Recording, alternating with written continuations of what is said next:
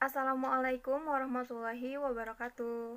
Hai semuanya, perkenalkan nama saya Nurfaiza Hairani, NPM 2010-6310-588 dari kelas 2C Program Studi Pendidikan Matematika Fakultas Keguruan dan Ilmu Pendidikan Universitas Singapura Bangsa, Karawang. Dengan mata kuliah Filsafat Pendidikan tahun ajaran 2020-2021 semester 2, dosen pengampu Dr. Haji Dadang Rahman Munandar MPD, materi Sistematika Kajian Filsafat Pendidikan. Menurut KBBI, kata sistematika memiliki arti susunan aturan atau pengetahuan mengenai klasifikasi. Sedangkan kata filsafat diartikan sebagai pemikiran tentang sesuatu secara mendalam, menyeluruh, dan berkesinambungan. Dan kata pendidikan berarti proses perubahan sikap dan tingkah laku seseorang atau kelompok orang dalam usaha mendewasakan manusia.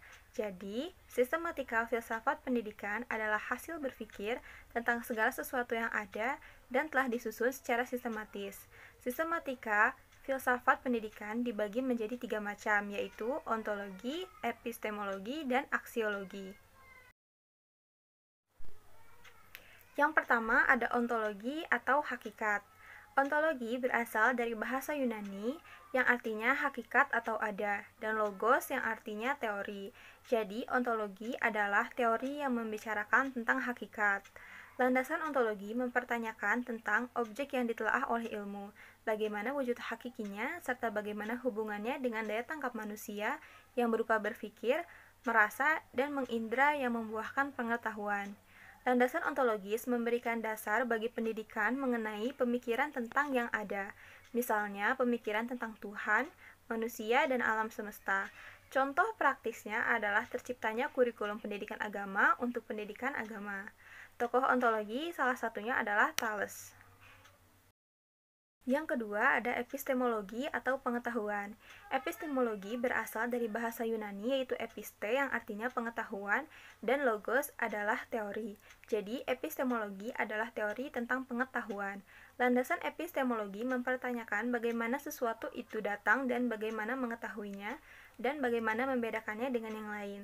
Landasan epistemologi memberikan dasar filsafat bagi teori dan praktik pendidikan dalam hal cara memperoleh pengetahuan.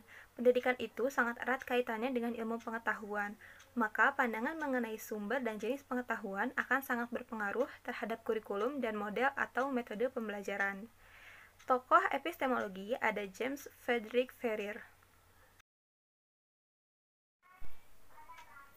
Yang ketiga ada aksiologi atau nilai.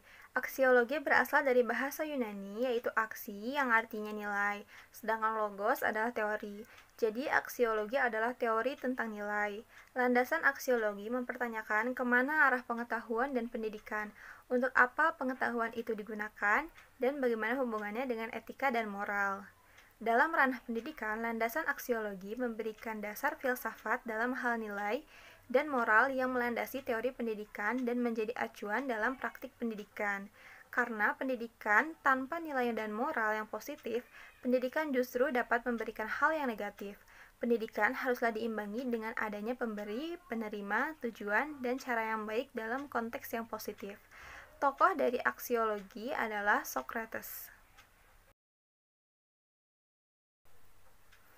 Ada beberapa perspektif filsafat. Yang pertama ada tentang manusia, yang kedua ada tentang alam, yang ketiga tentang Tuhan, dan yang terakhir tentang relasi antara manusia, alam, dan Tuhan. Yang pertama ada manusia dalam perspektif filsafat. Manusia adalah subjek pendidikan, sekaligus juga objek pendidikan. Manusia dewasa yang berkebudayaan adalah subjek pendidikan, yang berarti bertanggung jawab menyelenggarakan pendidikan. Sedangkan manusia yang belum dewasa dalam proses perkembangan kepribadiannya adalah objek pendidikan, artinya mereka adalah sasaran atau bahan yang dibina. Yang kedua ada alam dalam perspektif filsafat. Alam semesta adalah media pendidikan sekaligus sebagai sarana yang digunakan oleh manusia untuk melangsungkan proses pendidikan. Yang ketiga ada Tuhan dalam perspektif filsafat. Tuhan berada di luar jangkauan pikiran dan akal. Tuhan tidak dapat dibatasi waktu. Ia luhur dan mandiri. Seluruh ciptaannya menaati perintahnya, namun ia bukanlah pelakunya. Ia tak berbentuk, ia maha ada dan memelihara segala sesuatu. Ia pencipta, tak bergerak, maha kuasa, abadi, penebus dosa, tak terpahamkan, tak terjangkaukan, tanpa awal, kekal, dan ia adalah kesadaran murni. Yang terakhir, ada relasi manusia, alam, dan Tuhan dalam perspektif filsafat. Tuhan sebagai sumber eksistensi manusia yang utama. Manusia merupakan pengelola ciptaan Tuhan, sedangkan alam sebagai sarana manusia yang berbuat.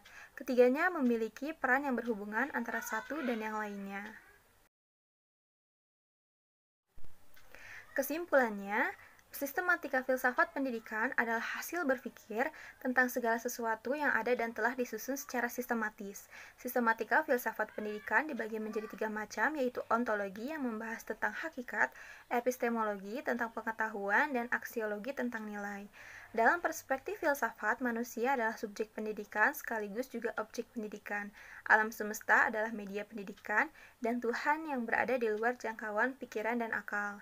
Manusia, alam, dan Tuhan mempunyai hubungan, yaitu Tuhan sebagai sumber eksistensi manusia yang utama, manusia merupakan pengelola ciptaan Tuhan, sedangkan alam sebagai sarana manusia berbuat. Sekian yang dapat saya sampaikan. Mohon maaf apabila banyak kesalahan. Semoga video kali ini bermanfaat. Terima kasih banyak. Wassalamualaikum warahmatullahi wabarakatuh.